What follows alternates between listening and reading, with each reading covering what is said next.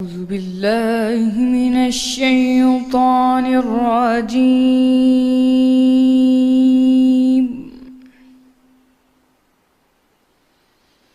بسم الله الرحمن الرحيم.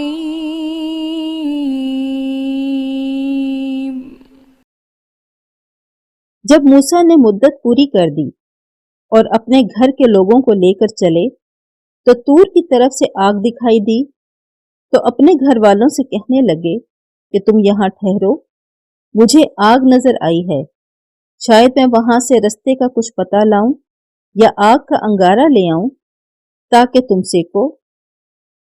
جب اس کے پاس پہنچے تو میدان کے دائیں کنارے سے ایک مبارک جگہ میں ایک درخت میں سے آواز آئی کہ موسیٰ، میں تو اللہ رب العالمین ہوں، اور یہ کہ اپنی لاٹھی ڈال دو۔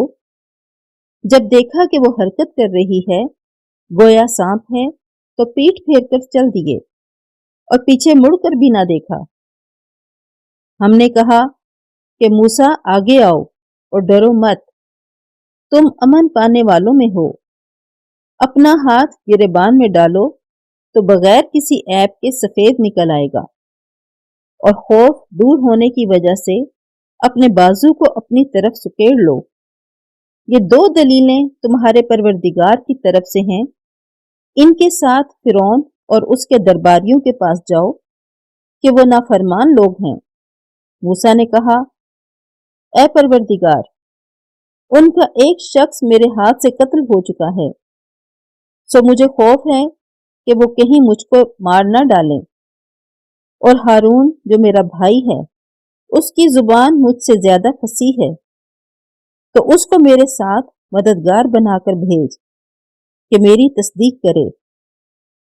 مجھے خوف ہے کہ وہ لوگ میری تکذیب کریں گے۔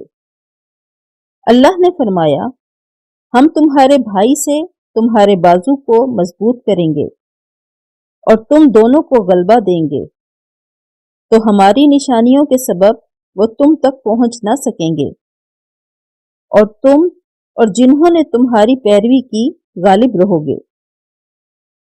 جب موسیٰ ان کے پاس ہماری نشانیاں لے کر آئے تو وہ کہنے لگے کہ یہ تو جادو ہے جو اس نے بنا کھڑا کیا ہے، اور یہ باتیں ہم نے اپنے اگلے باپ دادا میں تو کبھی سنی نہیں۔ اور موسیٰ نے کہا کہ میرا پروردگار اس شخص کو خوب جانتا ہے جو اس کی طرف سے حق لے کر آیا ہے، اور جس کے لیے عاقبت کا گھر یعنی بہشت ہے۔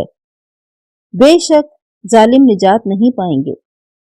اور فرعون نے کہا کہ اے اہل دربار، میں تمہارا اپنے سوا کسی کو اللہ نہیں جانتا، تو حامان میرے لیے گارے کو آگ لگا کر اینٹیں پکا دو، پھر ایک اونچا محل بنا دو تاکہ میں موسیٰ کے معبود کی طرف چڑھ جاؤں، اور میں تو اسے جھوٹا سمجھتا ہوں، اور وہ اور اس کے لشکر ملک میں ناحق مغرور ہو رہے تھے اور خیال کرتے تھے کہ وہ ہماری طرف لوٹ کر نہیں آئیں گے۔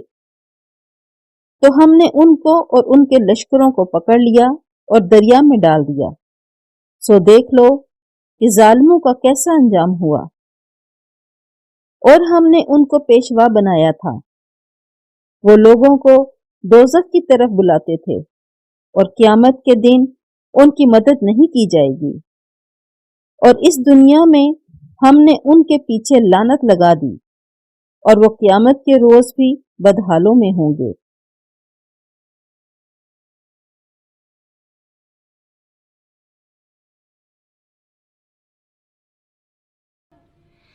صدق اللہ